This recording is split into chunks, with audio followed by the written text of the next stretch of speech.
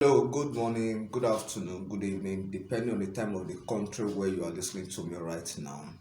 Welcome to government class. We quickly want to look at the subject matter of government briefly. And we want to talk about subject matter of government, which simply means the meaning of the definition of government. And by definition, the exam body and school of thought have agreed on three major definitions of government. The first one says government is an institution or an agency of the state. So this simply means that government represent the interest of the state and at the same time represent the interest of the citizens. And on this note, government has three institutions or formal institutions or agencies that represent the interest of the states. And these three institutions are the legislative, executive, and judiciary.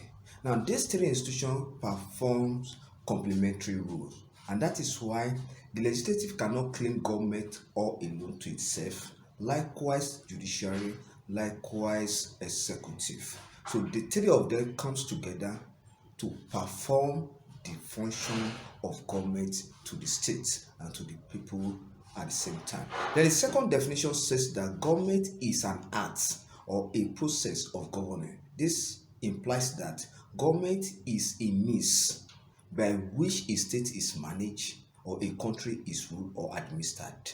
For instance, the dispensation of Jonathan government was all about the way he managed the state Nigeria.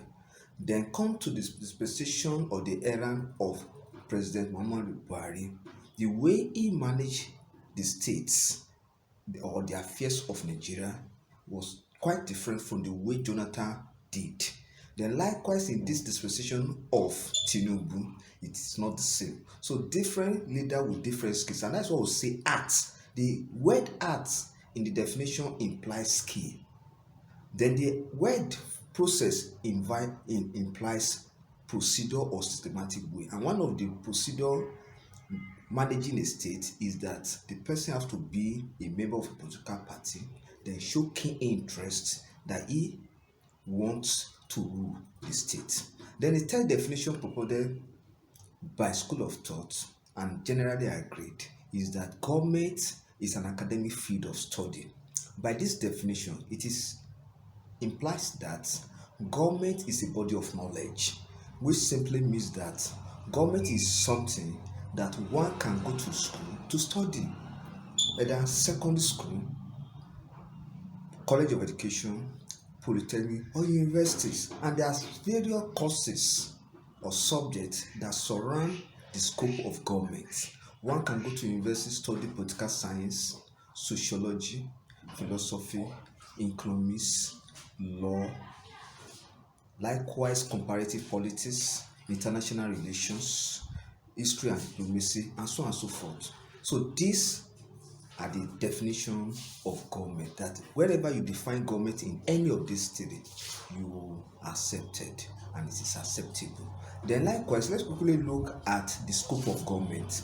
Now, I want to talk about the scope of government, simply implies things or subjects that surround the matter of government, that are close related to government. One of the scope of government is history. History is the mother of government.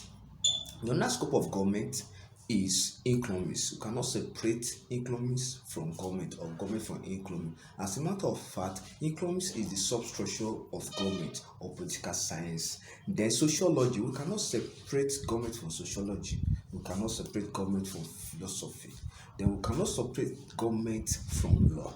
We cannot separate government from psychology. So government interrelated with all of these subjects. So thank you and God bless you. If there's any question, comment, kindly drop on our YouTube. See you.